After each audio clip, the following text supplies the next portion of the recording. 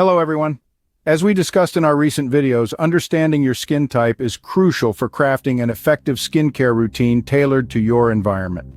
Today, let's delve into selecting the perfect cleanser, sunscreen, and serum for normal skin in a dry climate like the Middle East. For cleansing, opt for a gentle and hydrating cleanser that effectively removes impurities without stripping away moisture.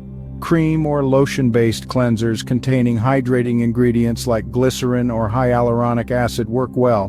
When it comes to sunscreen, prioritize broad-spectrum protection with a high SPF to shield your skin from intense sun exposure. Look for sunscreens enriched with moisturizing components to combat dryness.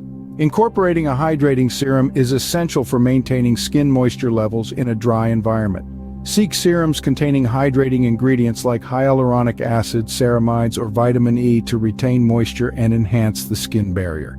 If you want a custom routine or need more detailed routine suggestions, please leave a message in the comment box below.